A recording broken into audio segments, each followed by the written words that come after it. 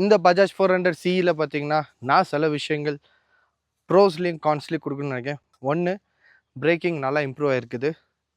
Suspension ஃப்ரெண்ட்லியும் ரொம்ப நல்லா இருக்குது. ரைடிங் போஸ்ட் நல்லா இருக்குது. அண்ட் த்ராட்டில் ரெஸ்பான்ஸும் ரொம்பவே நல்லா இருக்குது.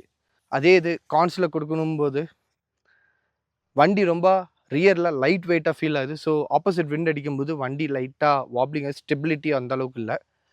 அண்ட் பிரேக்ஸ்ன்னு சொல்லும்போது ரியர் பிரேக் மட்டும் அப்ளை பண்ணுறதா இருந்தீங்கன்னா ஸ்பீட் கம்மி பண்ணியே ஆகணும்.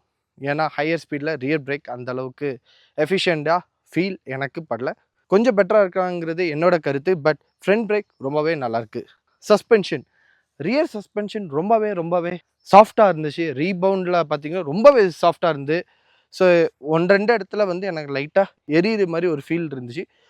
பட் ஃப்ரண்ட் சஸ்பென்ஷன் கம்ப்ரெஷனாக இருக்கட்டும், ரீபவுண்டாக இருக்கட்டும் ரொம்பவே வெல் கலிப்ரேட்டடாக இருந்துச்சு. என்னோட வெயிட் பார்த்தீங்கன்னா 90 kg. ஸோ உங்களுக்கு ஏற்ற மாதிரி அந்த ரியர் சஸ்பென்ஷன் நீங்கள் அட்ஜஸ்டபிள் பண்ண. ஏன்னா ஸ்டாக்கில் பார்த்தீங்கன்னா 1 or 2 பாயிண்ட்ஸ் வச்சு தான் கொடுப்பாங்க. Where you get the preload adjustable suspension தான் அந்த ரியர். நீங்கள் உங்கள் வெயிட்டுக்கு ஏற்ற மாதிரி நீங்கள் ஸ்டிஃபன் பண்ணிங்கன்னா என்ன மாதிரி ஃபீல் ஆக மாட்டீங்க. இல்லைனா சஸ்பென்ஷனும் சீக்கிரமாக டேமேஜ் ஆகும். ஸோ அதை மைண்டில் வச்சு நீங்கள் வாங்கும்போதே அதுக்கு ஏற்ற மாதிரி நீங்கள் டியூன் பண்ணி அட்ஜஸ்ட் பண்ணி வாங்கிடுங்க. அடுத்தது பார்த்தீங்கன்னா குயிக் ஷிஃப்டர் பற்றி சொல்லணும். குயிக் ஷிஃப்டர் ரொம்பவே எஃபர்ட்லெஸ்ஸாக அப் ஷிஃப்ட்டும் டவுன் ஷிஃப்ட் ஆகுது. But only on sport mode. மற்ற மோடில் போட்டிங்கன்னா ஒர்க் ஆகலை. ஸோ இந்த வண்டி பார்த்தீங்கன்னா பழைய வண்டியோட ஒரு 8,000 rupees இன்க்ரீஸ் ஆகிருக்குது. ஸோ இது ஒர்த்தா இல்லையான்னு சொல்லி உங்களோட ஒப்பீனியன் கமெண்ட்டில் சொல்லுங்கள். இந்த வண்டி உங்களோட நெக்ஸ்ட் அப்கிரேடாக இருக்குமான்னு சொல்லி கமெண்ட்டில் சொல்லுங்கள்.